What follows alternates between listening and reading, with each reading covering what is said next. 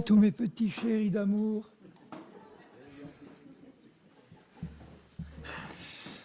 Ça fait longtemps. 7 mars.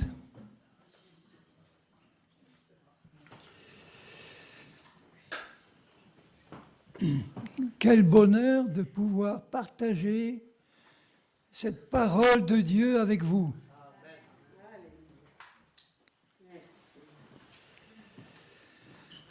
Je vais commencer par le psaume 23. Et après, on va laisser le Saint-Esprit nous conduire dans ce qu'il veut nous dire ce matin.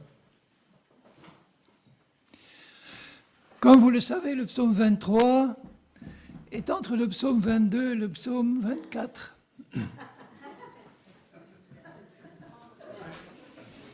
C'est pas du hasard. Le psaume 22 nous décrit la crucifixion. Le psaume 24 nous décrit le retour du Seigneur. Dans le psaume 24, il est dit « Porte et levez vos linteaux, que le roi de gloire fasse son entrée. » Donc, entre la crucifixion et le retour du roi de gloire, il y a le psaume 23, qui est notre marche sur la terre maintenant. Après la crucifixion et en attendant le retour glorieux de Jésus. Retour glorieux pour nous, chrétiens d'abord, qui vont être enlevés de cette terre avant la tribulation de l'Antichrist, l'Apocalypse.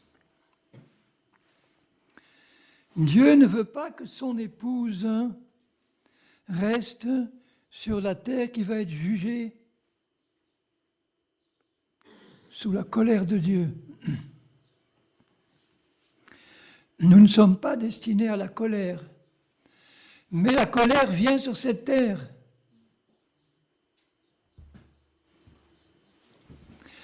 Pourquoi? Parce que Dieu est amour.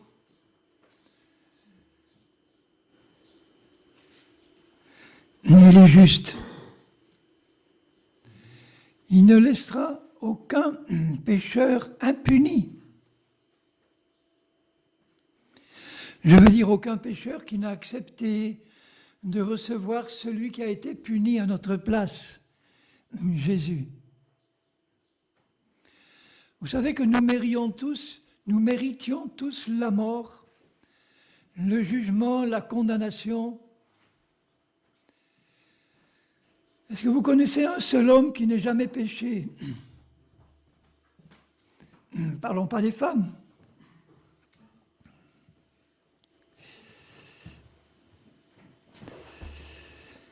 Tous ont péché, sont privés de la gloire de Dieu. Et Dieu, dans son amour, a voulu nous envoyer son Fils, Jésus, pour être condamné à notre place par amour pour nous. Donc tous ceux qui l'acceptent en reconnaissant qu'ils sont pécheurs devant Dieu, nous tous, et en disant « Seigneur, je suis pécheur devant toi, je mérite la mort et la condamnation, mais je reconnais que tu as envoyé Jésus, ton Fils, pour recevoir à ma place la condamnation, le jugement sur la croix. » Donc tous ceux qui l'acceptent comme sauveur échappent au jugement et reçoivent la bénédiction. Ils peuvent enfin rencontrer le cœur de Dieu, qui est un Dieu d'amour et qui veut déverser sur les hommes une pleine bénédiction. Mais c'est le péché qui empêche cette bénédiction de venir. Et Jésus est venu pour ôter le péché. Donc au psaume 23, cantique de David, « L'Éternel est mon berger. » Est-ce qu'il est ton berger? Il est d'abord venu chercher des brebis perdues. Il les a réunies dans sa bergerie et il les conduit. Je ne manquerai de rien. De rien.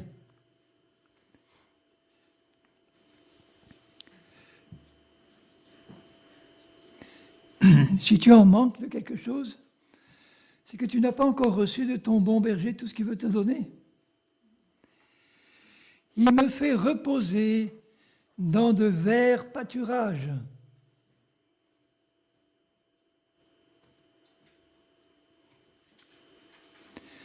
Quelle nourriture tu manges en ce moment?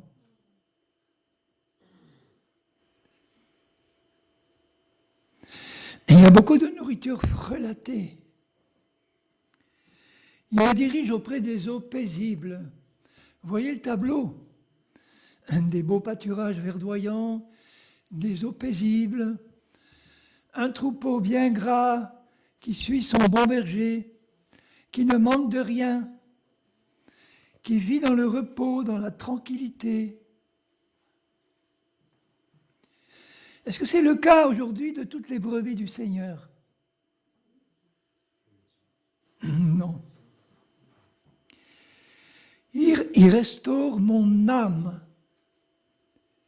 Vous voyez que l'œuvre du Seigneur consiste à nous racheter tout entier du péché, de la malédiction du péché. Vous vous rappelez qu'au début, quand Dieu a créé l'homme et la femme, il les a créés parfaits, sans péché, il les a mis dans un jardin magnifique, sur une terre qui ne connaissait ni la mort, ni la maladie, ni quoi que ce soit de mauvais. Il avait tout créé pour placer là le couple initial et leurs descendants, pour qu'ils puissent jouir de la bénédiction dans tous les domaines. On voit ça dans les 2 premiers chapitres de la Bible. La description du Jardin d'Éden, il ne leur manquait rien. Dieu était avec eux, venait les visiter, parlait avec eux, ils le voyaient. Il était leur bon berger. Ensuite, il y en a un qui a réussi à les séduire, à les tromper. Il a commencé par séduire Ève, qui n'avait pas gardé, à cause d'Adam, la pureté du message que Dieu avait donné à Adam. Le jour où tu mangeras de ce fruit, tu mourras certainement. Et elle répond au serpent, nous n'avons pas le droit de le toucher ni de le manger, de peur que nous mourions. Ce n'était pas du tout ce que Dieu avait dit. À cause d'Adam, qui n'a pas veillé sur sa femme pour entretenir dans son cœur la connaissance de la vérité. Donc Dieu, qui avait donné le message, attendait qu'il le garde dans sa pureté. Et le malin savait que Ève n'avait pas gardé le message dans sa pureté, et c'est elle qui l'a attaqué le premier.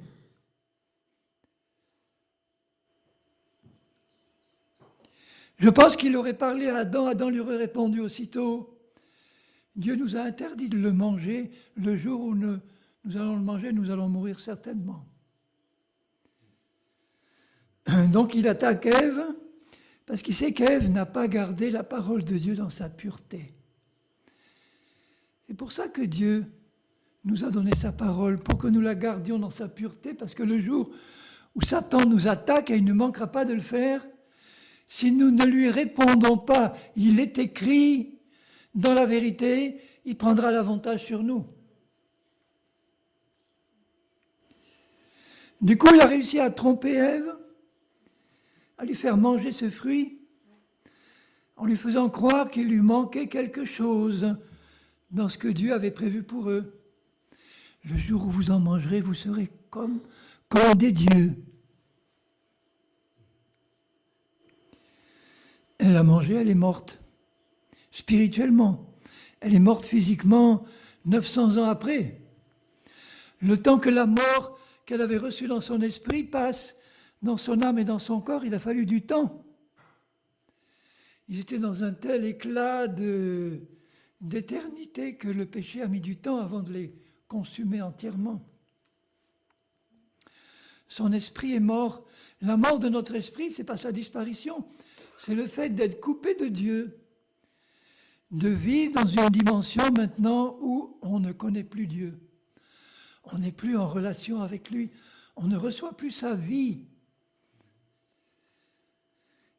Et quand son chéri a vu que sa chérie était morte, c'est ça qu'il a décidé à manger du fruit. Le problème de la femme, c'est qu'elle est plus facilement séduite que l'homme. Le problème de l'homme, c'est qu'il désobéit plus facilement. Donc Adam, voyant sa femme morte, a dit « Je ne peux pas me séparer de ma chérie comme ça. Mort pour mort, quitte à mourir, je vais mourir avec elle. » Il a mangé le fruit, tous les deux sont morts, coupés. Et quand Dieu est venu les visiter le soir, ils se sont enfuis de peur. Et Dieu a maudit la terre actuelle à cause d'eux. La mort est partout aujourd'hui. La mort règne sur cette terre. On est pour mourir. On passe par la naissance pour mourir. Dès que tu es conçu dans le sein maternel, c'est pour la mort que tu es conçu.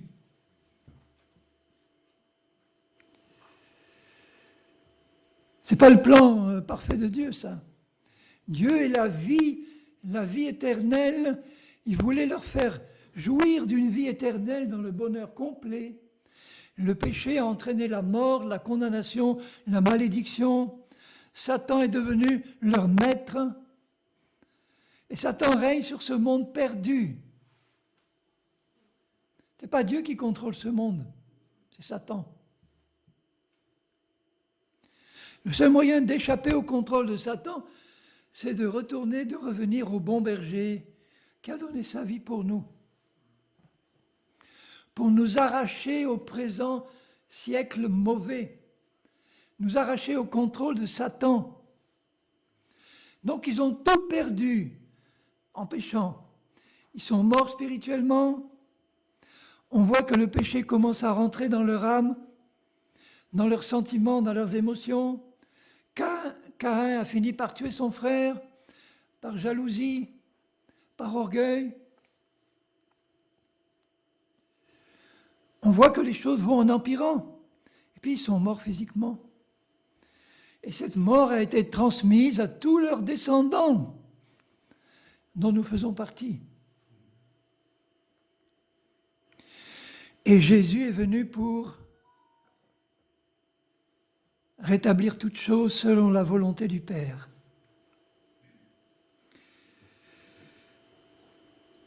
Donc, sur la croix, Jésus nous a rachetés.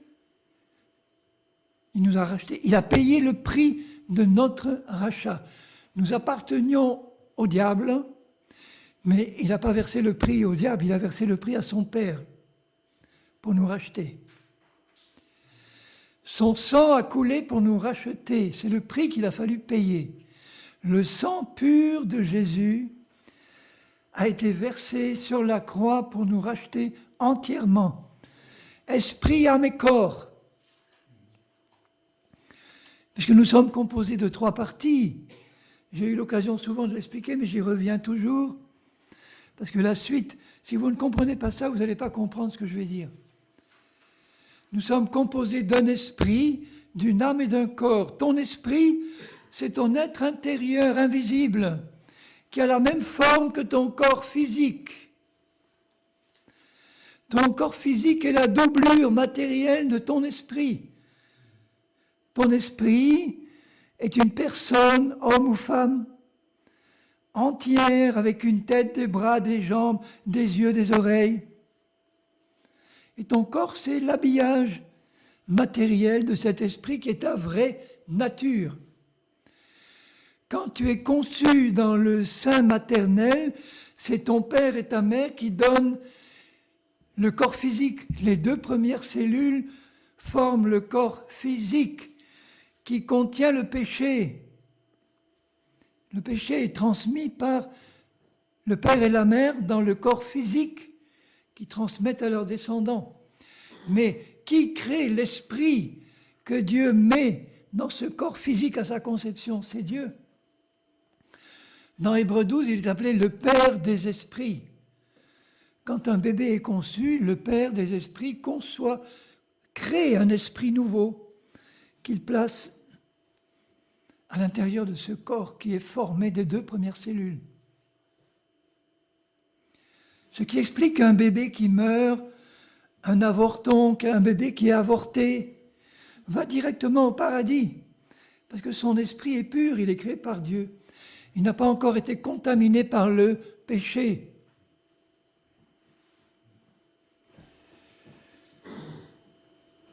Alors je dis toujours aux mamans qui ont avorté, qui sont sous un esprit de culpabilité, même étant devenues chrétiennes, réjouis-toi, Dieu a pris soin de ton bébé. Il est au ciel, il grandit au ciel. Et il espère revoir un jour ses parents sauvés.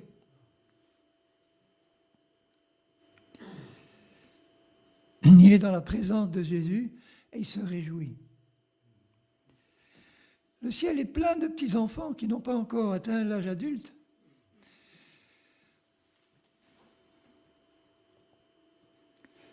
Je lisais des statistiques qui concernent l'Amérique seulement. Depuis le temps où l'avortement a été légalisé, 60 millions de bébés ont été tués, avortés. En France, c'est plus de 6 millions depuis la loi sur l'avortement. 6 millions de petits êtres qui étaient vivants dès la conception. Maintenant, on fait voter des lois pour tuer les bébés jusqu'au 9e mois.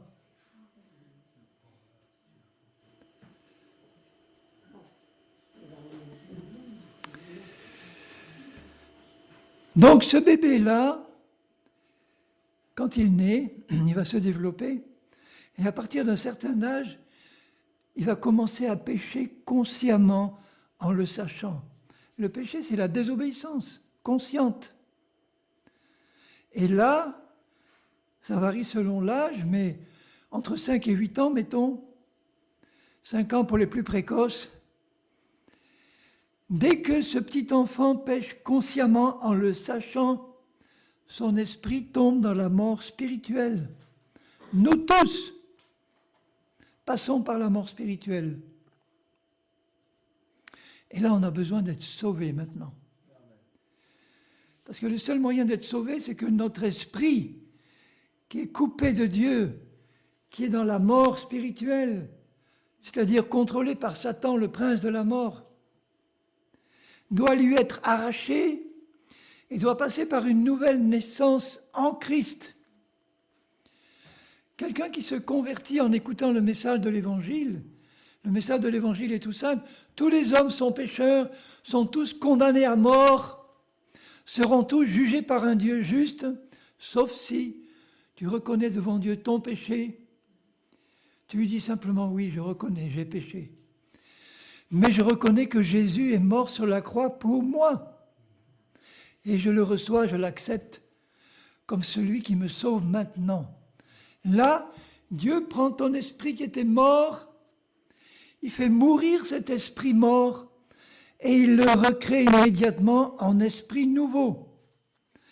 Né de nouveau, à l'image de Dieu. Au début, quand Dieu a créé l'homme, il dit « Créons l'homme à notre image, à notre ressemblance ».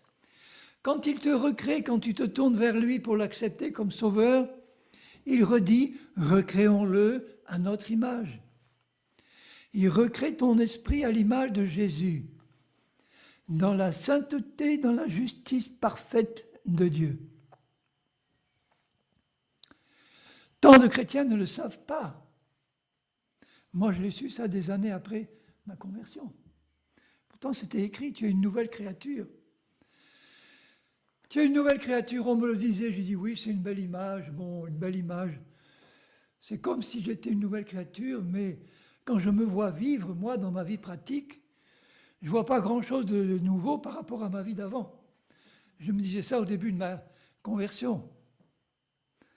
Oui, bon, suis toujours le même, en gros. Il y a quelques petites améliorations par-ci par-là, mais en gros, j'ai le même caractère, j'ai les mêmes défauts, les mêmes qualités. Tu n'as pas beaucoup changé le lendemain de ta conversion, je me disais. Hein. Où est cette nouvelle création dont on parle? Elle était enfoncée dedans dans mon esprit. J'ignorais même que j'avais un esprit. Il a fallu que je lise la parole pour le comprendre. Donc c'était au niveau de mon âme. Mon âme, c'est ma personnalité consciente, ordinaire, normale. Votre âme, c'est votre personnalité consciente avec 3 parties, là aussi. Votre intellect, plus ou moins développé. La capacité de raisonner, de comprendre. Votre cœur, vos sentiments, vos émotions. Le cœur, je le répète souvent, c'est la partie de notre personnalité qui aime et qui croit. C'est avec le cœur qu'on croit, c'est avec l'intelligence qu'on comprend. C'est pour ça qu'il faut être clair quand on parle, sinon les autres ne comprennent pas. On comprend avec la tête, et si tu as compris dans ta tête quelque chose que tu considères comme vrai, tu y crois. C'est avec le cœur que tu crois. Dès que tu as cru, ça rentre dans le trésor de ton cœur. Le cœur, c'est là où tu mets tes trésors. Ta femme, ton mari. Tu as intérêt à mettre ta femme et ton mari dans ton cœur et pas dans ta tête. Hein. Et puis, la volonté, donc c'est la 3e partie. L'intellect, le cœur, la volonté. La volonté, tu décides ou tu ne décides pas. Maintenant, le corps physique, c'est notre apparence extérieure, plus ou moins belle. On se dégrade un peu en vieillissant, mais enfin, il peut nous rajeunir comme l'aigle. Amen. Comme moi. Amen. Je viens de fêter mes 80 balais.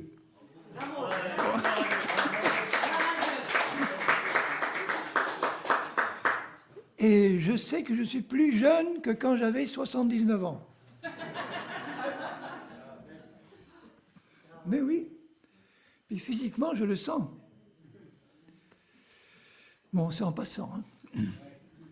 Donc, ceci pour dire que la rédemption de Jésus concerne les 3 parties de notre être. L'esprit, l'âme et le corps. Notre âme, notre personnalité n'est pas changée quand nous nous convertissons. C'est notre esprit qui passe par une nouvelle naissance. Notre esprit est déjà racheté complètement, définitivement. Notre esprit régénéré, quand tu es chrétien, tu as un esprit nouveau qui est né de nouveau en toi. Cet esprit-là a déjà la même qualité, la même perfection qu'il aura dans l'éternité. Il est créé parfait. Parfait en justice et en sainteté. Pas encore en connaissance, mais parfait en sainteté et en justice. Ton âme, ta personnalité humaine, elle n'est pas encore rachetée, elle est en cours de rédemption. Comment se passe le rachat de mon âme? Ma personnalité est consciente. Elle se passe par le renouvellement de mon intelligence. Quand j'étudie la Bible et quand je prie pour que le Saint-Esprit me la fasse comprendre dans la vérité, pas de manière tordue. Donc je prie, Seigneur, explique-moi ta parole, révèle-la-moi dans sa vérité.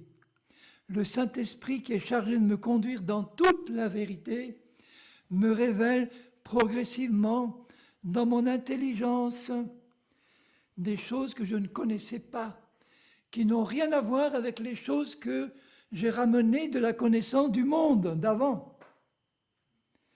Quand j'arrive au Seigneur, mon intelligence est déjà formatée avec toutes les philosophies, les doctrines et les pensées du monde, d'un monde déchu, d'un monde contrôlé par Satan. Vous voyez dans quel état on arrive? Il faut renouveler tout ça. Notre âme est placée entre l'esprit et le corps. Donc pour que la vie de mon esprit puisse passer dans mon corps, c'est-à-dire dans ma vie pratique, elle doit traverser le filtre de l'âme. Et si mon âme est encombrée, comme elle l'est au début de notre conversion, de toutes les pensées du monde, les doctrines du monde, ou même les faux enseignements que j'ai reçus dans les églises, qui ont encombré mon âme de mensonges, la vie de l'esprit se trouve bloquée. Il n'y a qu'un petit filet qui passe au travers d'une âme chargée de mensonges qui arrive au niveau pratique, au niveau concret, dans mes paroles, dans mes actes. Donc, est-ce que tu travailles avec Jésus, toi qui es chrétien, chrétienne? Est-ce que tu travailles avec Jésus à la rédemption de ton âme? Donc là, je ne parle pas âme en tant que... On l'entend dans certaines religions catholiques. Quand j'étais catholique, on confondait l'âme et l'esprit. Mais dans la Bible, l'esprit et l'âme, ce n'est pas du tout la même chose. L'âme, c'est notre personnalité consciente de tous les jours. C'est celle-là qui doit passer par une transformation, une métamorphose. Soyez... Je reviens dans le psaume 23. Dans Romains 12, je sais que je dis des choses que j'ai déjà dites, plus ou moins, mais il faut les répéter. Quand j'ai prié avant de venir, pour dire « Seigneur, qu'est-ce que tu veux que je leur dise à tes petits chéris, là ?» Il me dit ça, ça et ça. Je dis « Encore, Seigneur ?» Oui, c'est pas encore rentré. Du moins, pas dans tous. Et Dieu s'intéresse à tous. Comme un bon enseignant que j'étais, avant de venir au Seigneur, je m'intéressais à celui qui comprenait le moins bien dans la classe. Je voulais lui faire comprendre des choses que le plus doué avait compris tout de suite. Donc il fallait trouver un juste équilibre pour que tout le monde puisse avoir compris, à la fin de l'année du moins. Donc dans Romains 12, il dit au verset 2, « Ne vous conformez pas au siècle présent, d'abord dans votre tête, mais soyez transformés par le renouvellement de votre intelligence, de votre faculté de compréhension. » Et le mot « transformer », c'est « métamorphoser ». Métamorphose, c'est un changement complet de forme. Entre la chenille et le papillon, il n'y a pas photo. Le papillon est plus beau. Il passe par une métamorphose. Donc si tu ne travailles pas avec le Seigneur à la rédemption de ton âme, par l'étude soigneuse de la parole de Dieu, tu perds ton temps. Tu vas rester au niveau béaba du salut. C'est-à-dire, tu es sauvé. Bon, c'est l'essentiel. Tu meurs, tu vas au ciel, à condition que tu ne meurs pas dans ton péché non confessé. Mais si tu veux que ta vie sur la terre soit une vie à la gloire de Dieu, il faut absolument que ton intelligence soit métamorphosée. Et ça ne se fait pas du jour au lendemain. Ça demande une discipline. Si c'est la chair, on est tous charnels au début de notre conversion. Tous. Charnel, ça veut dire contrôlé par l'esprit du monde. Dans notre corps physique habite une puissance de péché qui s'appelle la chair, une puissance de péché et de mort qui est une fraction de l'esprit de Satan dans mon corps physique. Cette puissance de péché qui habite mon corps, Paul dit qu'elle a des pensées, elle a des désirs, elle a des passions, elle a des émotions qui sont ceux de Satan et ceux du monde. Et cette puissance-là habite dans ton corps physique. Elle nous contrôlait entièrement avant. Donc vous voyez, le bon berger travaille avec ses brebis. Il les nourrit d'une bonne nourriture. Mais pourquoi? Pourquoi veut-il les nourrir d'une bonne nourriture? Il veut que cette nourriture passe, soit assimilée, digérée, passe dans tout leur être pour les faire avancer, progresser, grandir. Mais si tu avales dans ton âme, dans ton intelligence, la pensée du monde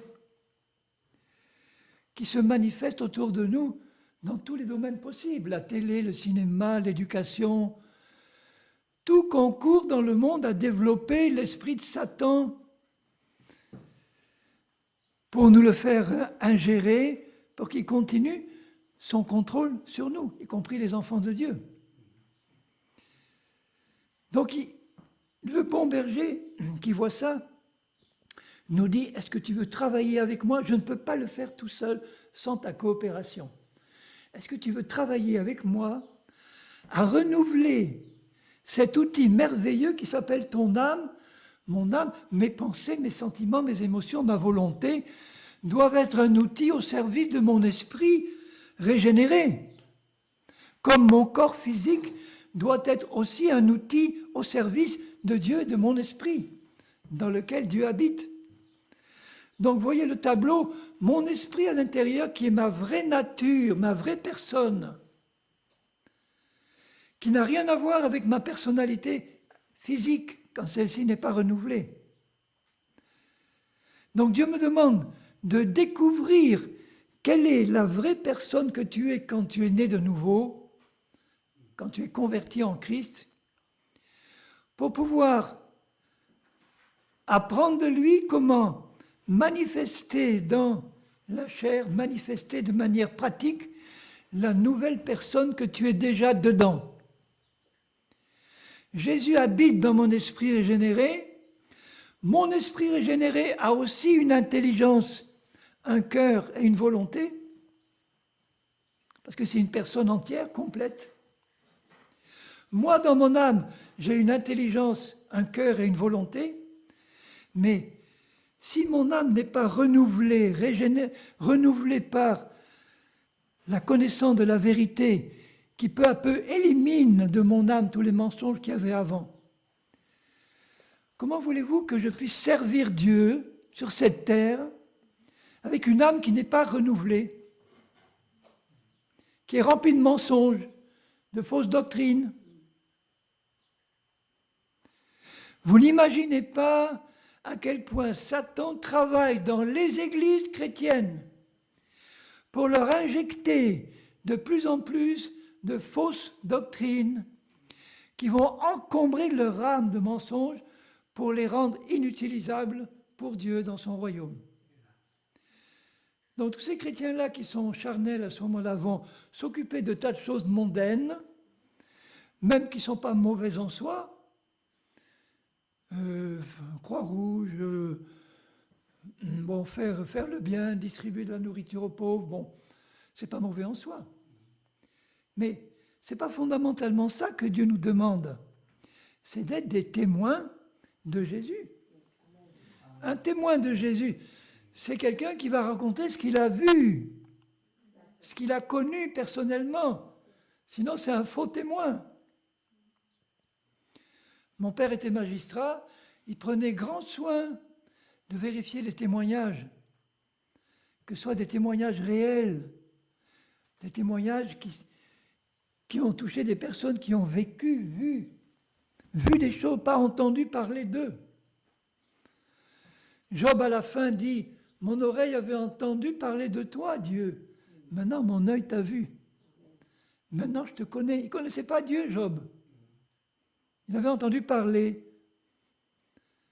C'est un homme juste, mais il n'avait entendu que parler de Dieu. Il le dit lui-même. Il se repent. Alors, est-ce que notre œil a vu Dieu?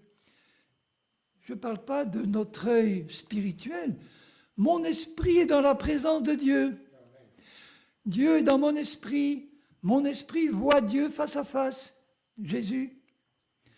Mon esprit est assis en Christ, à la droite de Dieu le Père, dans les lieux célestes, actuellement, tout en étant en moi, parce que le royaume de Dieu est aussi en moi. Donc, vous voyez l'écart qu'il peut y avoir entre la situation de mon esprit actuel, qui est glorieuse, la situation de notre esprit, nous tous qui sommes nés de nouveau. elle est glorieuse. Dieu a recréé en nous un être entièrement nouveau, entièrement semblable. Il ne peut pas créer un être plus proche que lui. Il ne peut pas créer un deuxième Dieu parce qu'il n'y a qu'un Dieu. Mais il crée des êtres aussi proches que possible de lui, en justice, en sainteté. Mon esprit est uni à l'esprit de Christ, il ne fait qu'un avec lui. De même que le Père et le Fils et le Saint-Esprit font un, mon esprit fait un avec l'esprit de Christ. Un.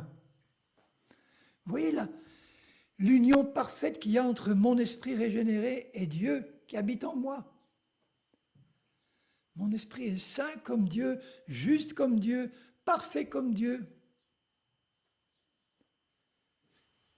Et vous ne voulez pas travailler, frères et sœurs, à ce que vous êtes dans l'esprit se manifeste concrètement. Qu'on puisse voir avec nos yeux de chair se manifester cette personne nouvelle que Dieu, dans sa grâce, a placée en nous. Pour ça, il faut passer par la barrière de l'âme. Notre intelligence, nos sentiments, notre volonté doivent être purifiés pour que la vie de l'esprit puisse s'exprimer par cet instrument-là. Mettez-vous à la place d'un dentiste qui aurait les instruments qu'il y avait il y a 100 ans pour les dentistes de l'époque. Il y avait des dentistes, mais à l'époque, ils avaient une tenaille, ils avaient un marteau, une tournevis peut-être, enfin bon, bref. Il y a quand même eu du progrès depuis. Donc l'instrument s'est perfectionné de manière à ce que celui qui l'utilise, c'est-à-dire Dieu, puisse faire des choses qui le glorifient avec cet instrument-là. Est-ce que nous avons à cœur de travailler avec Dieu d'arrache-pied pour purifier cet instrument que nous sommes dans notre âme et dans notre corps? Notre corps physique, lui, il est neutre. Notre âme, en elle-même, elle est neutre. Elle peut être au service du bien comme du mal. Mon intelligence peut être au service de Satan comme de Dieu. Les nazis étaient des gens très intelligents et très bien organisés, hein, mais leur intelligence était au service de Satan. Mon cœur, ma capacité d'aimer ou de haïr aussi, la haine vient aussi du cœur, d'un cœur qui n'est pas renouvelé.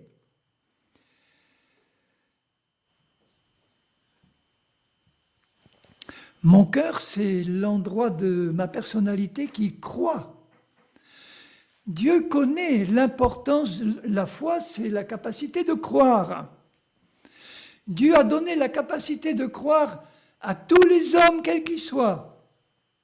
Tous les hommes qui sont perdus actuellement, Dieu leur a donné, dès leur conception, dans la personnalité qui va se manifester après, la capacité de croire, le besoin de croire. Alors ceux qui renient Dieu disent « bon, je ne crois pas en Dieu », mais ils vont croire à autre chose. Ils vont croire en eux-mêmes, ils vont croire à Marx, ils vont croire à Macron, ils vont croire à des personnalités qui retiennent leur intérêt. Ils ont besoin de croire à des paroles, à des doctrines. Tous les partis politiques ont leur doctrine. Toutes les religions ont leur confession de foi. Plus ou moins juste, hein? Pourquoi? Parce qu'ils présentent ça à des hommes pour que ces hommes adhèrent, croient à leur programme. Satan a un programme. Et il veut qu'on croie à son programme. Parce que dès que nous avons attaché notre cœur, notre foi, la capacité de croire à quelque chose, nous dépendons de ce quelque chose que nous allons servir maintenant. Ceux qui croient à une certaine doctrine, ils la défendent maintenant. Ils veulent l'appliquer. Donc Satan sait que la foi est quelque chose de très puissant. Si vous arrivez à convaincre un homme de quelque chose, il est convaincu, là vous allez pouvoir l'utiliser. C'est le but de la propagande politique. Convaincre les hommes que ce qu'on leur présente, c'est la vérité. Et à ce moment-là, tu as une armée derrière toi. Napoléon était... bon, il a tué pas mal de gens, hein, ou fait tuer. Mais c'était un homme qui avait une capacité extraordinaire de mobilisation et de persuasion. Il savait parler à ses soldats, il savait les animer, ils étaient corps et âme pour lui. Vive l'empereur, ils allaient se faire tuer pour l'empereur. Pourquoi? Parce qu'il avait réussi à les persuader, à toucher des fibres dans leur âme, dans leur cœur. La gloire t'attend, la renommée, la gloire. Ton nom sera inscrit sur le fronton de l'Arc de Triomphe. Ça motive la chair. Oui, il y en a que ça ne motive pas, mais enfin... Ils sont motivés par autre chose, ceux-là. Donc, cette capacité de croire que nous avons dans notre âme, Satan veille constamment à l'utiliser pour nous faire croire à ses mensonges. Et il est extrêmement puissant pour nous faire prendre des vessies pour des lanternes. Il va travailler, il y travaille avec des équipes nombreuses de démons. Comment est-ce qu'on va pouvoir faire passer cette doctrine nouvelle dans le corps de Christ? Il faut absolument qu'on la fignole avec beaucoup de versets bibliques pour arriver à la faire passer, pour qu'elle soit reçue, qu'elle soit crue. Et quand elle est crue, elle rentre dans le cœur et c'est Satan qui rentre. Regardez dans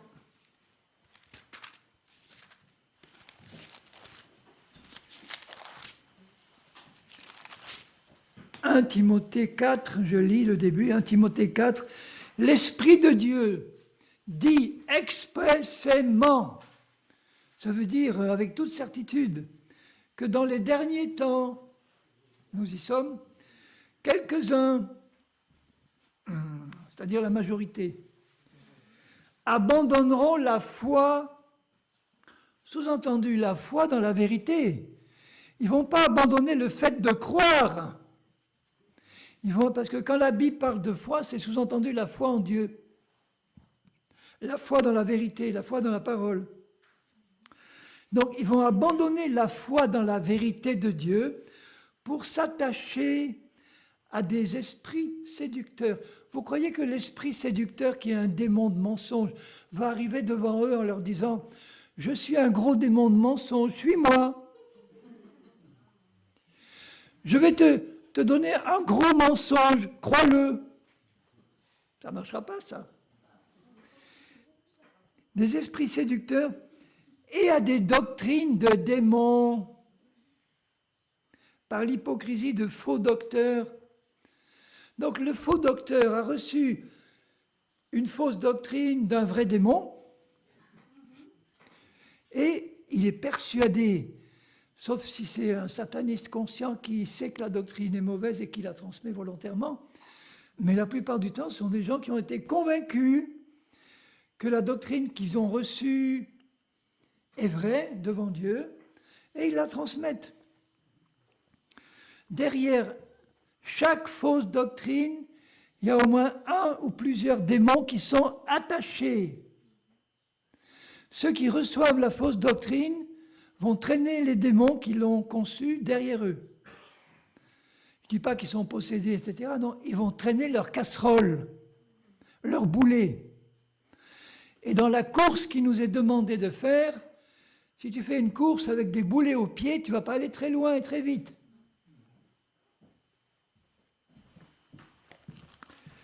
Donc je reviens au psaume 23. Enfin, vous voyez le tableau, hein, je résume. Ton esprit est racheté.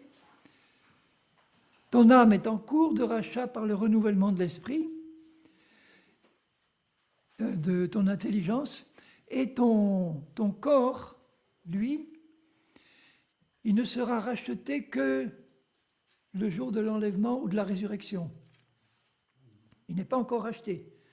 Paul dit que le rachat de notre corps n'a pas encore été effectué. Il a été effectué sur la croix il y a 2000 ans, mais concrètement, notre corps physique actuel est un corps mortel qui doit passer par la mort physique, sauf si Jésus revient avant notre mort physique, il va être changé en un instant, en corps glorifié, glorieux, éternel, parfait, comme le corps de Jésus actuellement. Et donc à ce moment-là, tout le rachat sera parfaitement accompli. Notre âme sera dans la perfection absolue, pas un brin de chair dedans. Notre corps sera parfaitement racheté, immortel, comme le corps de Jésus actuellement. Et là, ça sera fini, terminé. Donc nous sommes encore en train d'être rachetés, enfin de concrétiser le rachat de notre âme et de notre corps, de manière à pouvoir être un instrument à la gloire de Dieu. Quels sont ceux qui veulent être un instrument à la gloire de Dieu? Vous prenez une responsabilité en levant la main. Ça veut dire que vous vous dites, Seigneur, maintenant, au lieu de passer 3 heures à regarder la télé et des films divers, je vais consacrer une partie plus grande à la méditation de ta parole. Non pas comme une obligation légaliste, parce qu'il faut le faire, mais parce que j'en ressens la nécessité, le besoin. Dans mon âme, je sais que c'est vital. Si je ne veux pas laisser... Si tu regardes un film à la télé, bon, ça dépend des films, hein, mais il y a toujours une partie de l'esprit du monde qui rentre là, plus ou moins. Donc tu es en train de nourrir ton âme. De quelle nourriture?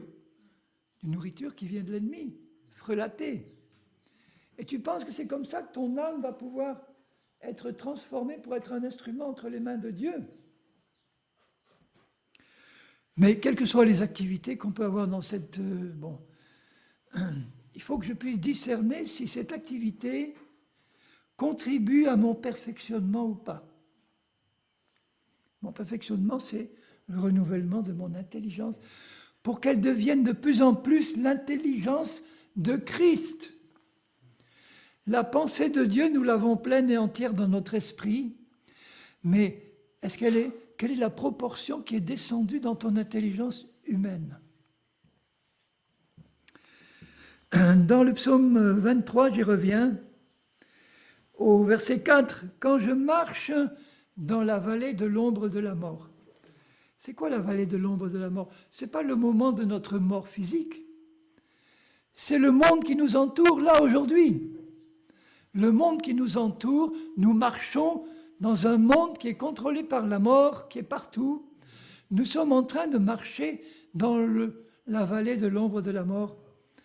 C'est Satan qui y règne. Mais quand je marche dans la vallée de l'ombre de la mort, je ne crains aucun mal, car tu es, toi mon bon berger, tu es avec moi. Est-ce que tu crains un mal quelconque? Oui. Il y a beaucoup de chrétiens qui sont dans la crainte,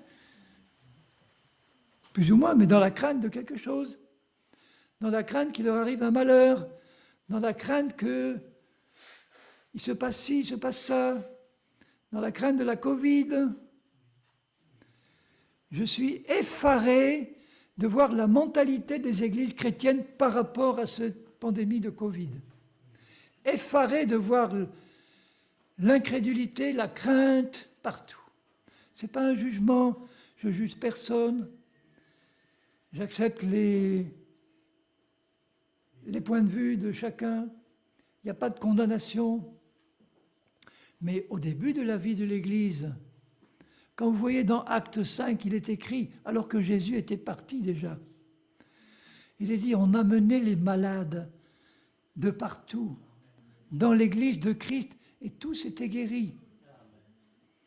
Au dernier chapitre des Actes 28, quand Paul était sur l'île de Malte, qui guérit le père de Publius, on lui a amené tous les malades de l'île qui ont été guéris. Donc du premier au dernier chapitre de la vie de l'Église dans les Actes, tous les malades étaient guéris dans l'Église de Christ. Aujourd'hui, beaucoup d'églises de Christ sont des endroits où l'épidémie se répand le plus vite. Vous trouvez ça normal? C'est la crainte. Oui, c'est la foi à l'envers. Pourquoi? Non, il ne manque pas de foi. Ils utilisent la foi pour croire qu'il va leur arriver un malheur. L'incrédulité, c'est jamais un manque de foi. Notre foi reste toujours au même niveau. Dieu nous a donné à tous une mesure de foi, une capacité de croire, mais si tu utilises ta foi pour croire que tu vas tomber malade, c'est ça qui va t'arriver. Donc tout le renouvellement de mon âme consiste à éliminer « je ne crains aucun mal ». Aucun. Job disait « ce que je crains, c'est ce qui m'arrive ». Ce que je redoute le plus, c'est ce qui m'arrive. Donc tout ce qui est arrivé à Job, c'est à cause de ses craintes que Dieu a permis à Satan de le toucher. Parce que Job était rempli de craintes. Quand il offrait un sacrifice pour ses fils qui allaient faire la fête, il disait « de peur qu'ils aient commis quelque chose de mal, je te fais un sacrifice ». Mais on ne fait pas un sacrifice de peur que. On fait un sacrifice quand on sait qu'il y a eu le mal. Job était dans la crainte permanente. Et ce qui est arrivé, voilà. Quand je marche dans la vallée de l'ombre de la mort, je ne crains aucun mal. Parce que le mal m'environne de tous les côtés. Mais je ne crains rien. Pourquoi? Parce que mon cœur est confiant dans mon bon berger. Il est là pour me protéger du loup. Ta houlette et ton bâton me rassurent. La houlette, c'est un bâton avec un crochet au bout pour attraper la patte de la brebis qui commence à partir loin. Il l'attrape avant qu'elle s'en aille trop loin. Si elle arrive à s'égarer, il va la chercher quand même. Les corrections de Dieu sont d'abord des corrections de trajectoire. Vous savez, une fusée qu'on envoie sur Mars, si elle commence à dévier d'1 mètre, il y a des capteurs partout qui s'en rendent compte. Elle est corrigée tout de suite. Si on attend qu'elle fasse 100 km pour la corriger, c'est trop tard. Les corrections de Dieu dans ta vie, c'est d'abord des corrections de trajectoire et ça vient très vite, ça. Tout de suite. Parce que Dieu sait que si tu te laisses attendre trop longtemps, le problème, c'est que la fusée, elle obéit aux ordres qu'on lui donne, tandis que nous sommes des êtres humains avec une volonté. Si la fusée dit non, je refuse la correction de trajectoire, bon, on ne peut rien faire.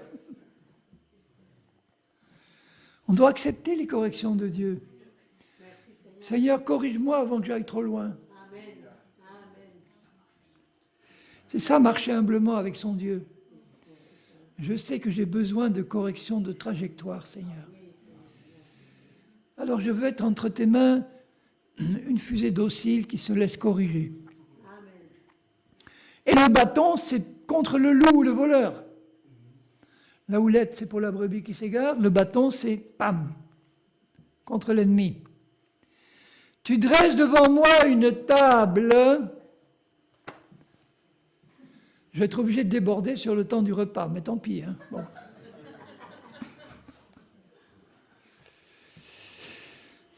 Alors, je vais parler un peu plus de la table du Seigneur. Hein. Tu dresses devant moi une table en face de mes adversaires. Dans la vallée de l'ombre de la mort, c'est rempli d'adversaires. Satan et tous ceux qui sont avec lui, les chrétiens charnels font partie des adversaires aussi. Dans ma propre famille, il y en a. Donc je suis entouré d'adversaires, les démons, Satan. Mais ça n'empêche pas mon bon berger de dresser devant moi une belle table. Vous pensez que sur cette table, il ne va rien y mettre, hein? Ça sert à quoi une table normalement? À manger. Ça, c'est la meilleure utilisation d'une table. C'est une table destinée à recevoir tout ce que Dieu lui-même a voulu y mettre pour ses brebis. Seulement, ce que Dieu a mis sur cette table, ce ne sont que les effets de sa grâce non méritée. Il met sur la table tout ce que Jésus-Christ a acquis pour nous à la croix, qui est gratuit. Tout est sur la table, mais pour voir ce qu'il y a sur la table, il faut des lunettes spéciales, parce que nos yeux physiques ne le voient pas. Ce sont des bénédictions spirituelles d'abord, parce que tout ce que Christ a accompli sur la croix, même ceux qui ont assisté à la crucifixion, les disciples qui étaient là, ils n'ont rien compris à ce qui se passait. Ils pensaient qu'il était jugé par Dieu, condamné par Dieu, mis au rang des malfaiteurs. Donc pour un juif qui regardait ça de manière humaine, il disait « mais c'est pas possible, je croyais qu'il était le Messie. Comment ça se fait que Dieu puisse le juger, le condamner comme ça ?» Mais qu'est-ce qu'il a fait? Ils ne se doutaient pas. Ils avaient oublié Ésaïe 53. Ils ne se doutaient pas de ce qui se passait. Pour ça, il fallait des yeux spirituels. Donc, cette table-là, pour simplifier les choses, elle a 4 pieds. Pour simplifier la compréhension de mon message, je dirais que les 4 pieds représentent, 2 pieds représentent la part de Jésus et 2 pieds représentent notre part. Quand tout est d'aplomb, tout ce qui est dessus, c'est stable et on peut y avoir accès. Donc le premier pied, le deuxième pied. Le premier pied, c'est tout ce que Jésus a accompli pour nous sur la croix. Je vous garantis qu'il y a 90% des chrétiens, ça c'est pour mes amis suisses, en français on dit 90% des chrétiens ne savent pas tout ce que Christ a accompli sur la croix pour eux. Ils savent qu'il a expié leurs péchés, ça c'est le fondement même, sans ça il n'y a rien. Mais ça se limite souvent à ça, c'est tout. Est-ce que vous savez tout ce que Christ a accompli pour vous sur la croix? Pourquoi il l'a accompli? Pour qu'on en profite. Donc je n'ai pas le temps de détailler, mais si je détaillais tout ce qu'il a accompli sur la croix, il me faudrait un séminaire d'1 semaine. Il a accompli l'expiation de nos péchés. Il a acquis pour nous le pardon de nos péchés, de nos iniquités. Il a accompli pour nous la libération de tous les liens démoniaques qui pouvaient être sur nous. Ça, c'est Colossiens 1, il dit « Il nous a délivrés de la puissance des ténèbres ». Alors, ce n'est pas la peine de courir pour couper les liens de ci, de ça, du grand-père qui était franc-maçon ou de la grand-mère sorcière, d'aller remonter dans le temps, tu vas remonter jusqu'à Adam et Ève. Quand tu es né de nouveau en Christ, sur la croix, il a coupé définitivement tous les liens qui pouvaient exister entre Satan et toi. Si Satan a réussi à en garder quelques-uns, c'est par ton ignorance. Mais si tu le sais, tu vas prendre position, parce que si tu vois que Satan essaye de mettre sur ta vie un lien qui a été coupé par son sacrifice de Jésus, tu ne vas pas accepter ce lien-là. Tu vas dire à Satan, Satan, tu n'as aucun droit à mettre ça sur ma vie parce que Christ m'en a libéré. Amen. Donc je prends ta parole, je rentre sur le territoire qui m'appartient et je chasse ce géant-là qui n'a pas le droit d'occuper ce qui m'appartient, qui fait partie de mon héritage. Amen. L'héritage humain, quand quelqu'un meurt, tous ces biens, si tu es héritier, sont à toi. Il faut faire quand même quelques démarches pour l'avoir, l'héritage. Il faut aller auprès du notaire, il faut signer des papiers. Bon, l'héritage céleste que nous avons en Christ, souvent Jésus va nous demander de nous en emparer, parce qu'il y a encore l'ennemi qui tient quelque chose là et qui ne veut pas qu'on en profite. Donc Jésus nous dit, tu es l'héritier légal, prends ton droit d'héritier et récupère ton bien. Fais expulser le squatter de ta maison qui t'appartient là. C'est un squatter qui habite dans une maison qui t'appartient. Si tu as une maison qui t'appartient et qu'il y a un squatter dedans, qu'est-ce que tu vas faire? Tu le chasses. Tu fais intervenir la gendarmerie, la police, enfin, tu le chasses. Je sais que selon la loi des hommes, c'est dur de le faire parfois. Enfin, il n'a pas le droit d'être là. Il faut le chasser. Donc il a accompli ça. Il a accompli la guérison de toutes nos maladies, de toutes nos infirmités. C'est acquis. Il a accompli la libération pour nous de tout ce qui est misère et pauvreté extrême. Ça ne veut pas dire que tu peux te retrouver un jour sans rien, comme moi ça m'est arrivé. Mais dans ce cas-là, tu fais confiance à Dieu et le secours arrive. Il y a un passage que les églises religieuses n'aiment pas trop lire. Je vais vous le lire pour leur... Dans 2 Corinthiens au chapitre 8. Le chapitre 8, c'est un chapitre qui ne parle que de finances, de dons, de libéralité, etc. Bon. 2 Corinthiens 8.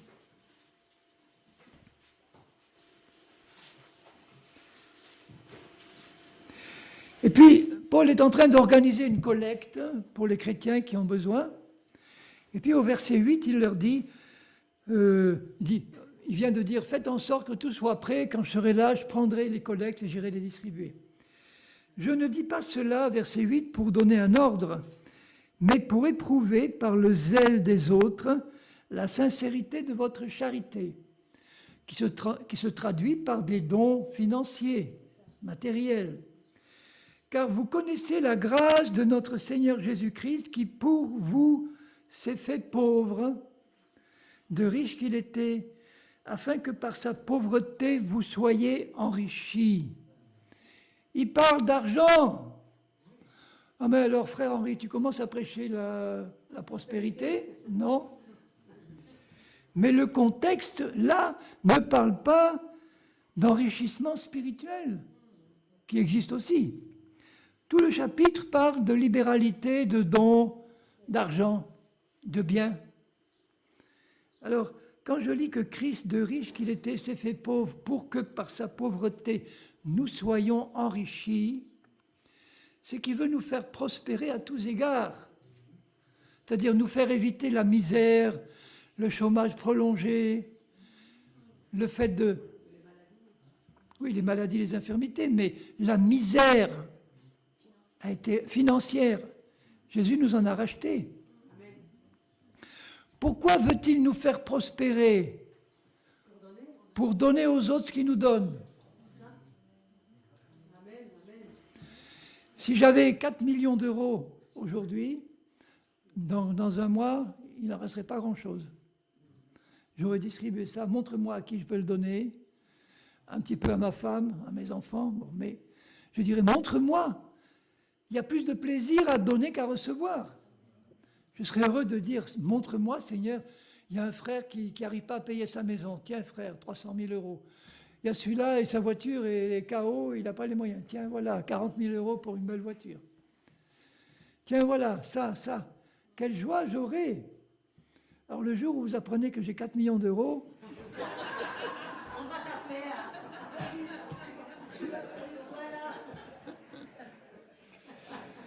Mais pour moi, la vraie prospérité, c'est de savoir que j'ai un Père dans le ciel qui veut pourvoir avec abondance à tous mes besoins. Amen. Je parle de mes besoins pratiques. Alors comme j'en ai très peu, des besoins, j'en ai très peu. Moi, si j'ai de quoi me couvrir, un toit modeste, bon, il ne faut pas un palais, il ne faut pas une Cadillac, il ne faut pas une... Bon. Mais les biens matériels ne nous appartiennent pas. Tout ce que j'ai appartient à mon Dieu. Donc s'il veut m'enrichir, c'est pour se glorifier au travers de moi, pour voir de quelle manière je suis capable de donner tout ce qu'il me donne, comme lui-même donne avec libéralité. Dieu est un Dieu d'abondance. 3 Jean 2 dit, à propos de Gaius, Je prie pour que tu prospères à tous égards et que tu sois en bonne santé, comme prospère l'état de ton âme. Mon âme prospère quand elle est pure, quand elle est dans la joie, quand elle est dans l'Esprit de Dieu, quand elle est dans l'amour. Mon âme prospère quand elle n'est pas encombrée des mensonges de l'ennemi, des craintes, des doutes. Dieu veut faire prospérer mon âme en l'élargissant, en faisant de moi une âme généreuse, bienveillante, qui fait du bien aux autres, prêt d'accueillir, de faire du bien, comme Dieu veut nous faire du bien. Mais si mon âme est dans la crainte de perdre, alors j'accumule des biens parce que j'ai peur de les perdre. Les vieilles générations qui ont connu la guerre, ah, il faut tout garder, ça peut servir. Non, on donne, on donne. Comme Dieu donne, on donne. J'ai horreur de prêter, je donne. Et si je prête, je ne réclame pas. Merci Seigneur. Et plus je donne, plus il m'enrichit. J'ai passé un moment dans ma vie où je suis passé du salaire de directeur dans un établissement supérieur d'enseignement, où j'avais un bon salaire, la considération sociale. Je dis pas ça pour me glorifier, je m'en moque complètement, mais pour glorifier Dieu, qui me dit, Henri, tu démissionnes, tu vas prêcher l'évangile par la foi. C'est-à-dire, c'est moi qui vais pourvoir à tes besoins, avec une femme, 5 enfants, qui faisaient des études supérieures, etc. J'avais un bon matelas financier qui a duré quelques mois, parce que quand vous avez ni salaire, ni chômage, parce que si je dépends par Dieu, c'est pas pour aller m'inscrire au chômage. Il n'y a rien contre, hein, mais moi, il m'a dit, pas de chômage, pas de recours de l'État, tu ne demandes rien à personne, tu ne fais pas de quête. Rien, pas de salaire, même pas de sécurité sociale, rien. Que Dieu. Alléluia, que Dieu.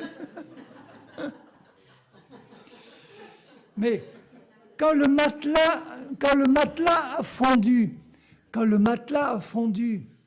et qu'il me restait 25 centimes pour une demi-baguette à l'époque, pour nourrir une femme et 5 enfants, ne croyez pas qu'il faut que Dieu commence à faire des miracles. Et il a fait des miracles chaque jour. Chaque jour, pendant peut-être 6 mois, heureusement que ça n'a pas duré quand même trop longtemps, chaque jour, c'était un miracle. Et je ne savais pas de quoi le lendemain allait être fait, mais Dieu le savait. Après, je n'ai manqué de rien.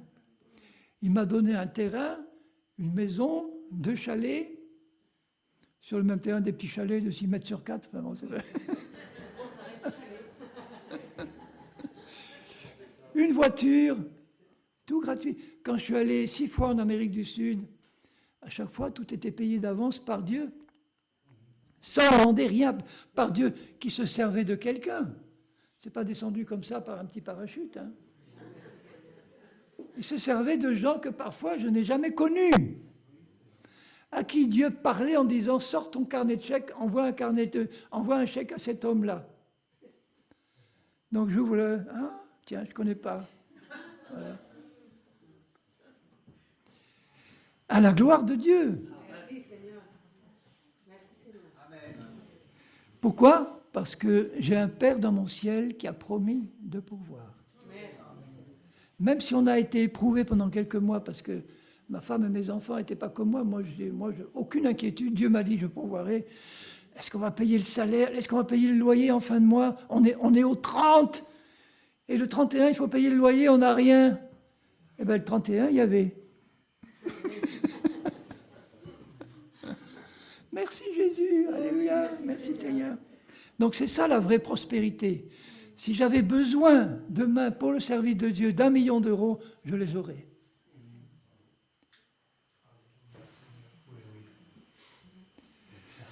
Donc je n'ai pas besoin d'avoir un compte bancaire humain rempli. Mon compte bancaire céleste, il est plein. Donc ça, c'est en passant. Hein. Les gens religieux ont horreur de ce verset-là que je viens de vous lire. Par sa pauvreté, il s'est fait riche lui pauvre, lui riche, il s'est fait pauvre pour que nous soyons enrichis. Et il parle d'argent. Mais Dieu a horreur de l'amour de l'argent. Si dans mon cœur, il voit que j'ai l'amour de l'argent, l'amour des biens terrestres, je n'aurai rien. Ou alors si j'ai, c'est Satan qui me le donne parce que là, ça sera mal employé, l'amour de l'argent. C'est la racine de tous les maux. L'amour de Dieu avant tout. Bon, tant pis pour ceux qui ont faim, je continue. Maintenant, vous êtes libre de faire ce que vous voulez. Si vous voulez manger, allez manger. Mais j'ai encore des choses à dire. Et puis il y a cet après-midi aussi. Tu dresses devant moi une table. Donc la première chose qu'il faut savoir, c'est ce que Christ a fait pour nous. Pardon de nos péchés, délivrance de tous les liens démoniaques, guérison de toutes nos maladies et toutes nos infirmités. Est-ce que vous réalisez, peuple de Dieu, que pour Dieu, vous êtes tous guéris? Comment ça se fait qu'il y a des malades qui crient à Dieu, « Guéris-moi Seigneur, guéris-moi » parce qu'ils ne savent pas ce que Christ a accompli. Ou on leur a fait croire que c'était une bénédiction de Dieu d'être malade, qu'ils pouvaient glorifier Dieu dans leur maladie, comme on me le disait dans la région que j'avais avant. Je ne vous dis pas laquelle, mais vous pouvez savoir laquelle. Tout ça, c'est des fausses doctrines qui nous mettent sous la continuation de la domination de l'ennemi qui ne veut pas qu'on soit dans l'abondance de l'héritage qu'on a en Christ. Il veut que sur le plan matériel, financier, on soit libéré de tout souci. Ça nous a été acquis par Christ aussi.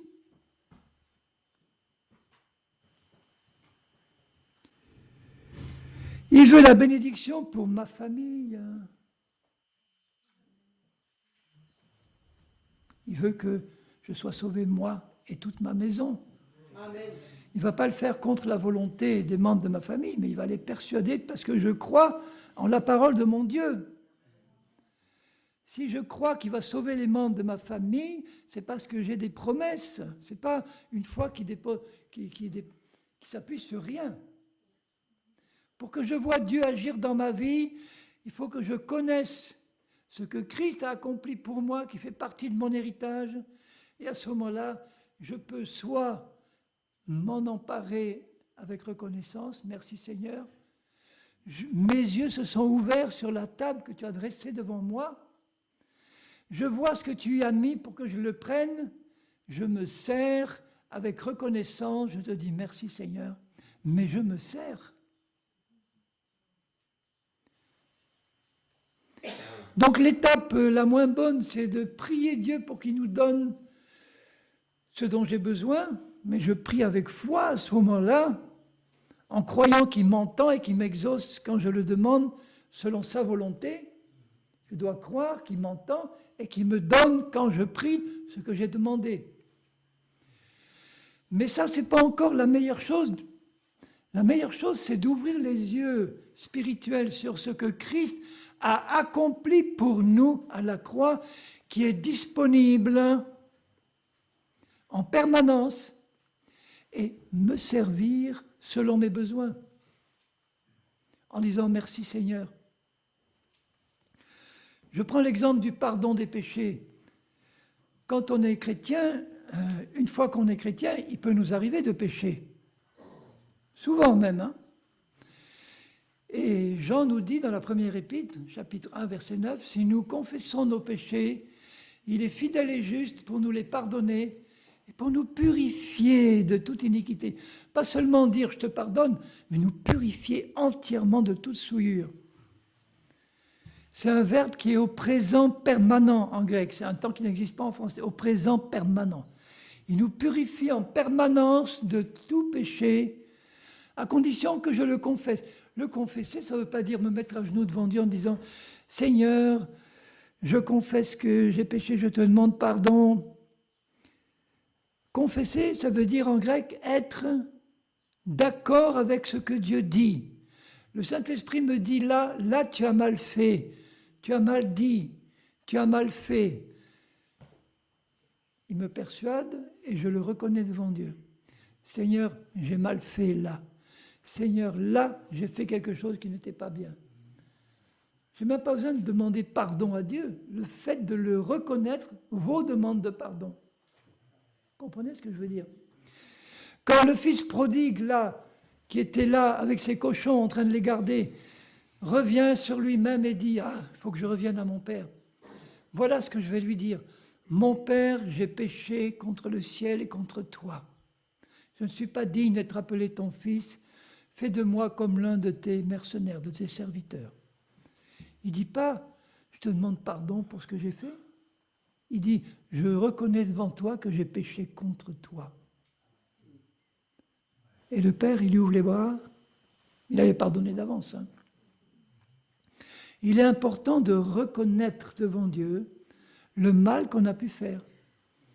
Je préfère ça, quelqu'un qui vient de me dire « Je te demande pardon ». Je dirais « Mais pourquoi ?» Voilà. Là, je me suis mal comporté avec toi. Moi, ça me suffit, ça. Si quelqu'un vient me dire « Je me suis mal comporté devant toi et je le reconnais devant toi », c'est bon. Maintenant, s'il me dit « Je te demande pardon », ok. Moi, je lui dis « Mais il y a longtemps que je t'ai pardonné. Hein, il n'y a pas de problème, là. » Je donne à tous ceux qui ont pu me faire du mal, et tous les hommes, tous les chrétiens, un crédit illimité de pardon, d'avance. Crédit illimité de pardon. Donc je ne me préoccupe même plus de pardonner, c'est fait d'avance. Mais j'ai besoin de reconnaître mes torts quand il y en a devant Dieu. Alors, qu'est-ce qu'il a acquis pour nous, le Seigneur, encore à la croix? Il a acquis pour nous tout ce qui manquait au rétablissement de notre relation telle qu'elle était au début, et encore plus encore qu'au début. Puisqu'il a acquis pour nous une pleine bénédiction d'Abraham, comme il le dit dans Colossiens 3, 14,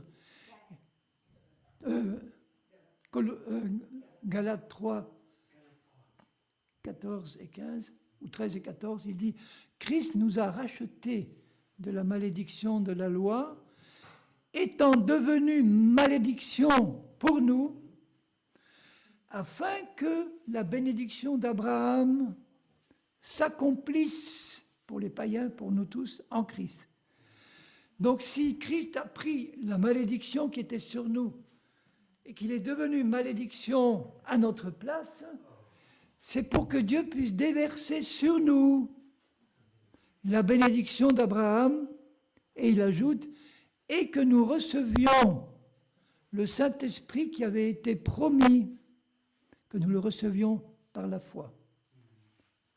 Ça fait partie de ce que Christ a acquis pour nous.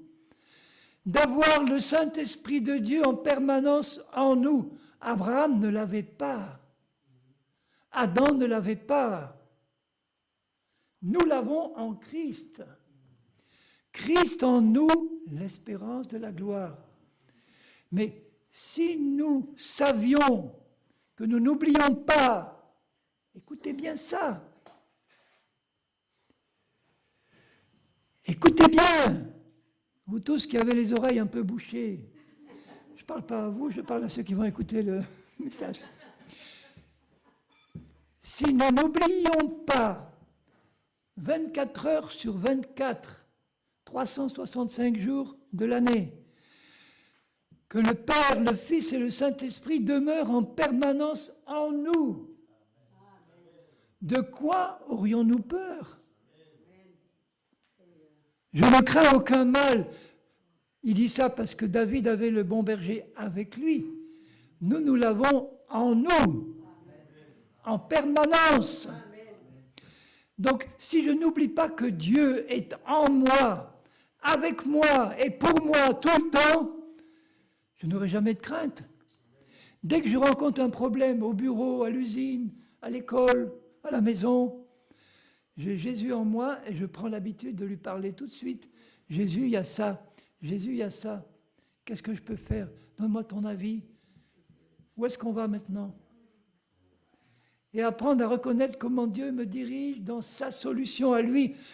j'éviterai bien des soucis, d'essayer de me débrouiller tout seul pour régler mes problèmes, quels qu'ils soient, petits et grands. J'ai reçu il y a quelques jours un texto d'un frère qui me demande constamment de prier pour lui. Je ne le connais pas, mais frère Henri, prie pour moi. Alors, frère Henri, prie pour moi. Alors à chaque fois, je l'exhorte en lui disant, oui, j'ai prié que tes yeux s'ouvrent sur ce qui te manque dans ta vie pratique, mais que Jésus a déjà acquis pour toi. Mais oui, mais il me dit quelquefois, mais j'ai l'impression d'être tout seul, que Dieu ne s'occupe pas de moi. J'arrête pas de prier, puis il ne se passe rien.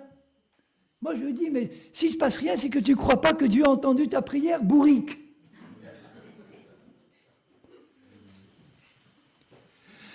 Et il y a quelques jours, il m'envoie un message, alors complètement différent. Enfin, j'ai peu de moyens, j'avais ma machine à laver le linge qui était en panne, je n'ai pas les moyens de la réparer. J'ai eu une idée, je lui ai imposé la main, elle est repartie. Et il termine, Alléluia!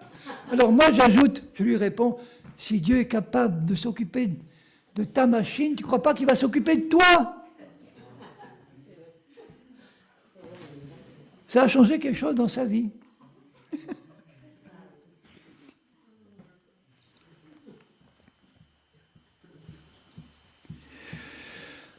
La bénédiction d'Abraham comprenait la justice par la foi. Abraham a été déclaré juste parce qu'il a eu foi en Dieu, qui lui était apparu. Cette justice comprend le pardon de ses péchés, mais comprend aussi autre chose, le fait qu'il est devenu une nouvelle créature. Parce qu'à sa mort, s'il n'était pas devenu une nouvelle créature, il serait allé en enfer. Même si ses péchés avaient été pardonnés sur la terre, il fallait que ça soit accompagné d'une nouvelle naissance de son esprit, sinon on ne peut pas être juste devant Dieu. Ça, c'est à nous. Ensuite, il a eu une vie longue, heureuse. Il est mort à 175 ans, dans une heureuse vieillesse, en pleine santé. Nous, on n'a pas droit bibliquement à 175 ans. La durée biblique, c'est 120 ans pour nous. On serait en droit de demander à Dieu 120 ans. Il m'en reste encore 40. Mais Jésus sera revenu avant. Amen. Je lisais dans la presse un article hier ou avant-hier. Les médecins, les scientifiques ont prouvé que l'homme pouvait vivre entre 115 et 120 ans. La science des hommes commence à découvrir ce que Dieu avait dit dans sa parole. Mais en mettant des prothèses, en mettant des médicaments, etc., avec Dieu, c'est la foi dans sa parole. Amen. Ça suffit. Abraham a eu ça, il a eu la victoire sur tous ses ennemis. Amen. Avec 400 de ses serviteurs, il a vaincu 4 armées. Nous avons la victoire sur tous nos ennemis. Amen. Spirituels en Christ. Amen. Il a eu la prospérité à tous égards. Il faut voir comment il était prospère. Et il a eu la bénédiction sur sa famille et ses descendants. Puisque de ses descendants, nous faisons partie. Et dans ses descendants, il y avait Christ.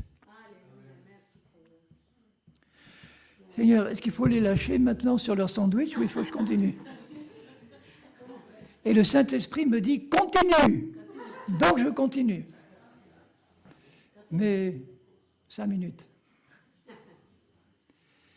Donc, voyez la bénédiction d'Abraham, plus le Saint-Esprit en nous, qu'Abraham n'avait pas. Ce qui m'amène au deuxième pied de la table, il y en a encore 3. Le deuxième pied de la table, c'est que ce que Christ a fait, pas seulement pour nous, mais ce qu'il a fait de nous en lui. Alors là, j'irai un peu plus vite parce que j'en ai déjà parlé tout à l'heure. Il a fait de nous en lui, quand il est mort sur la croix, la révélation que l'apôtre Paul a reçue, que lui seul a reçue, c'est qu'au moment où Christ est mort, non seulement il a expié, il a obtenu pour nous tout ce que je viens de vous décrire, mais nous sommes morts avec lui quand il est mort. Et quand il est ressuscité, nous sommes ressuscités avec lui. Ça veut dire qu'il a acquis par sa mort et sa résurrection. Il y a eu 3 jours entre sa mort et sa résurrection, 3 jours et 3 nuits. Mais pour celui qui se convertit, que ce soit avant Christ ou après Christ, c'est le même principe. Avant Christ, on se convertit par la repentance et par la foi dans le Dieu unique, le Dieu d'Israël. Après Christ, nous nous convertissons par la repentance et par la foi en Christ. Là, nous obtenons la nouvelle naissance de notre esprit, qui a été obtenue par la résurrection de Christ, 3 jours après sa mort. Ce qui fait qu'aujourd'hui, celui qui se convertit n'a pas besoin d'attendre 3 jours pour naître de nouveau. Ça se fait instantanément au moment où il se convertit. Il fait mourir son esprit ancien et il le ressuscite en homme nouveau, à l'image de Dieu. Donc on doit bien comprendre que Christ a acquis à la croix pour nous le fait, la bénédiction de pouvoir devenir une nouvelle création à l'image de Christ. Et ça fait aussi partie de l'œuvre de Christ, mais de ce qu'il a fait de nous en lui. J'y reviens constamment parce que c'est un point que beaucoup d'églises, beaucoup de chrétiens n'ont pas compris. Quelle est leur identité nouvelle en Christ ? En Christ, ils sont une nouvelle création qui n'a rien à voir avec ce qu'ils étaient avant. Mais quand est-ce que vous allez le comprendre, bien-aimés ? Là aussi, je ne vous parle pas à vous, hein, vous l'avez compris maintenant. Mais si vous l'avez compris, pourquoi vous ne le vivez pas ? C'est que vous n'y croyez pas encore. Quand tu es enfoncé dans tes problèmes de tous les jours, dans tes craintes de tous les jours, je te parle à toi, mais je peux parler à n'importe qui, c'est que tu as oublié que dedans tu es une nouvelle créature. Si tu ne l'oublies pas, tu n'aurais pas de peur. Tu ne laisserais pas l'ennemi prendre position dans ta vie. L'ennemi ne peut pas rentrer dans le royaume de Dieu où nous sommes. Supposez que ce micro-là, ce soit la croix. À votre gauche, à gauche de la croix, vous avez le royaume de Satan. Dans ce royaume, il y a tous ces démons, il y a tous les perdus. À droite de la croix, il y a le royaume de Dieu. Il y a Dieu, Père, Fils, Saint-Esprit, les anges, et tous ceux qui sont sauvés. Maintenant, pour passer du royaume de Satan au royaume de Dieu, il y a un passage obligé. La croix. Il faut passer par une mort et une résurrection. Mon esprit est déjà passé. Mon esprit est là. Mais mon âme et mon corps peuvent encore être de l'autre côté tant qu'ils ne sont pas renouvelés. À quoi ça me sert alors d'avoir mon esprit dans le royaume de Dieu, dans la plénitude de la présence de Dieu, si au niveau de ma vie pratique, parce que mon intelligence n'a pas été renouvelée, je suis encore contrôlé, en partie du moins, par l'ennemi. C'est pas normal. Donc il faut que mon âme passe aussi par une mort et une résurrection. Mon corps aussi va y passer par une mort et une résurrection. Mais mon âme, Jésus appelle ça se charger de sa croix et le suivre. Il appelle ça renoncer à soi-même et se charger chaque jour de sa croix. Comment dans mon âme je vais pouvoir me charger de ma croix ? Ma croix, c'est pas ma femme impossible, c'est pas la mienne, elle est je parle pas de... C'est un exemple. Hein. Ma croix, certains disent, c'est mon épouse. Si tu peux savoir ce qu'elle me fait, c'est ça. Qu'elle m'en fait voir, ou mon mari, ou mon frère, ou ma sœur, ou mon chef, ou mon employé, ou quiconque. Bon, nos enfants. Non, ça c'est la manière religieuse d'envisager la croix. Dans le catholicisme, on dit ma croix, c'est la maladie que je supporte pour la gloire de Dieu. Ma croix, c'est la misère dans laquelle je dois passer pour glorifier Dieu. Ma croix, c'est si... Donc, ça n'a rien à voir avec la croix qui nous demande de porter. La croix est un instrument de mise à mort de tout ce qui doit, dans mon âme, être mis à mort. les fausses conceptions, les fausses doctrines, les forteresses que l'ennemi a. Dans 2 Corinthiens 10, il est dit, nos armes ne sont pas charnelles, les armes avec lesquelles nous combattons, mais elles sont puissantes pour renverser les forteresses, les faux raisonnements qui s'opposent contre la compréhension de la vérité. Si dans notre âme, dans notre intelligence, dans notre cœur, il y a des forteresses de l'ennemi, c'est celles-là qu'il faut amener à la croix pour les détruire, les faire mourir, les raser. Donc au niveau de mon âme, je dis, Seigneur, montre-moi tout ce qui doit être mis à mort dans mon âme, comme mauvais raisonnement, comme mauvais sentiment. Tu vois, j'accueille encore dans mon âme de la rancune contre ma belle-mère, contre un tel qui m'a fait souffrir, une telle. C'est quelque chose qui doit être mis à mort, ça. Comment je le mets à mort? En y renonçant, en faisant un acte de volonté et de foi.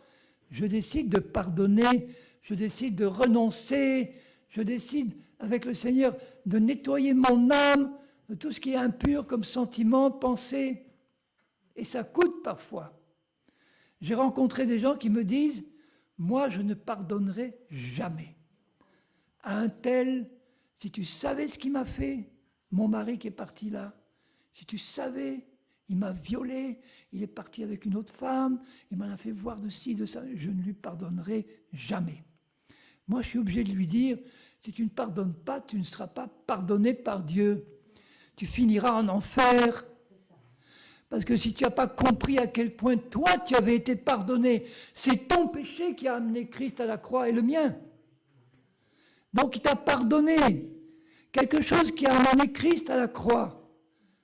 Tu dois comprendre que toi aussi, il t'a rendu capable donc de pardonner parce que tu as été pardonné, toi. C'est comme ça que mon âme est purifiée.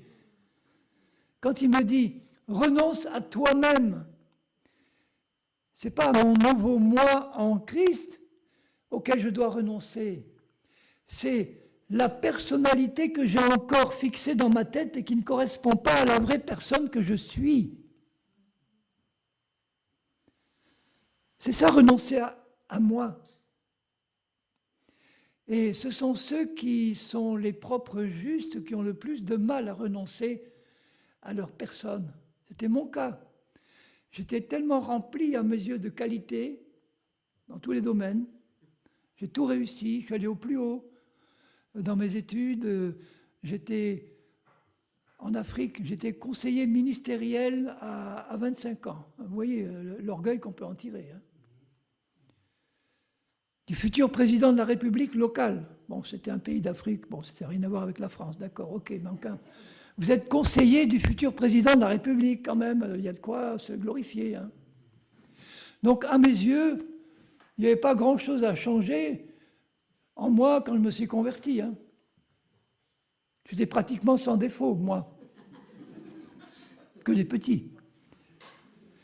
Et quand Dieu m'a dit une espèce de pourriture, enfin, peut-être pas le mot qu'il a employé, mais c'est ce que j'ai ressenti. Le jour où l'évangile m'a été annoncé par quelqu'un qui était mort 3 heures et qui est revenu, qui a vu le ciel et l'enfer, je te garantis que quand cet homme-là prêche, ça passe. Hein. Et moi, j'étais là, et j'écoutais, j'ai été touché. Et Dieu me dit, tu vois, toi, tu considères qu'être pécheur, c'est être criminel, c'est avoir violé, c'est avoir tué, c'est avoir dévalisé la Banque de France et tout. Mais non! C'est toi le pire, parce que tu te crois bien, tu te crois juste. Mais si tu avais vécu comme ces pauvres gamins des banlieues, toi-même, tu avais vécu là, au milieu, tu serais comme eux ou pire qu'eux. Donc le fait de comprendre que tu es une nouvelle créature en Christ, mais tu dois passer des heures à le méditer pour que ça soit incrusté dans ton cœur, que tu le saches et que tu le crois. Comment je vais méditer sur ma nouvelle nature? En méditant sur Christ, parce que ma nouvelle nature, elle est semblable à lui. Donc quand je m'approche de lui pour lui dire, Seigneur, révèle-toi à moi tel que tu es. Dans ta parole, montre-moi le vrai Dieu. Quelle image il a, le vrai Dieu? Il a l'image de Jésus, le Père. Quand je médite les évangiles, je vois Jésus, mais je vois un homme glorieux se manifester dans ces évangiles. Jamais pris de court, jamais dans la crainte, toujours la solution, plein d'amour, plein de paix, plein de fermeté contre les pharisiens, les vendeurs du temple. Ça, c'est mon Jésus tel que je le vois là. Et plus je médite sur Jésus, plus je dis, mais tu m'as recréé comme toi, Seigneur, semblable à toi. Ça veut dire que dans ma nouvelle personne, que tu me demandes de revêtir par la foi, je suis comme ce Jésus que je vois décrit dans la Bible. Quelle grâce! Amen. Tu es comme lui. C'est lui qui t'a fait ce cadeau-là. Et toi, tu vas rester accroché à ta vieille personnalité. Tu n'y resteras accroché parce que tu n'as pas la révélation de ce que tu es en Christ, de ce qu'il a fait de toi en lui. Moi, ça a bouleversé ma vie, ça. J'ai plus la peine de travailler à devenir quelqu'un d'autre. C'est Dieu qui a créé ce quelqu'un d'autre déjà tout parfait en moi. Ça y est, c'est fait. Comment le faire sortir de son trou, cet homme nouveau, au niveau de mon intelligence et de mon cœur, en croyant que je suis la personne nouvelle que Jésus dit que je suis. C'est par la foi, uniquement. Comme le salut par la foi. Donc tu pourrais être dans le monde, tu aurais pu être le pire de tous les voyous. Et en tant que chrétien, tu aurais pu être le pire des légalistes religieux. Quand tes yeux s'ouvrent sur ta vraie nature, semblable à Jésus, tu ne désires qu'une chose, aide-moi à la manifester, Seigneur. Qu'elle ne reste pas dans son trou toute ma vie. Que je continue à marcher comme un chrétien charnel, d'accord, il tombe, il demande pardon, il tombe, il demande pardon, ok. C'est pas la meilleure façon de vivre.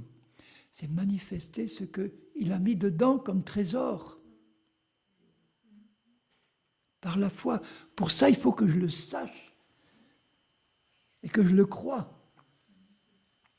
Bon, j'ai pitié de vous, je m'arrête là. Maintenant, je vais continuer, il y a encore 2 pieds à la table, là, tout à l'heure. Donc Seigneur, la prière de mon cœur, c'est que tu continues d'ouvrir les yeux de notre entendement, les yeux de notre intelligence, pour qu'on puisse voir, comprendre tout ce que tu as fait pour nous à la croix et tout ce que tu as fait de nous à la croix. Seigneur, quand nos yeux spirituels sont pleinement ouverts sur ce trésor-là, on n'a besoin de rien d'autre. On ne va pas continuer à manger les nourritures frelatées, ces pâtés pour chiens et chats qu'on nous donne à manger. Seigneur, on n'en veut plus. Alors que tu as dressé devant nous une table avec des nourritures succulentes. Merci Seigneur de nous ouvrir les yeux.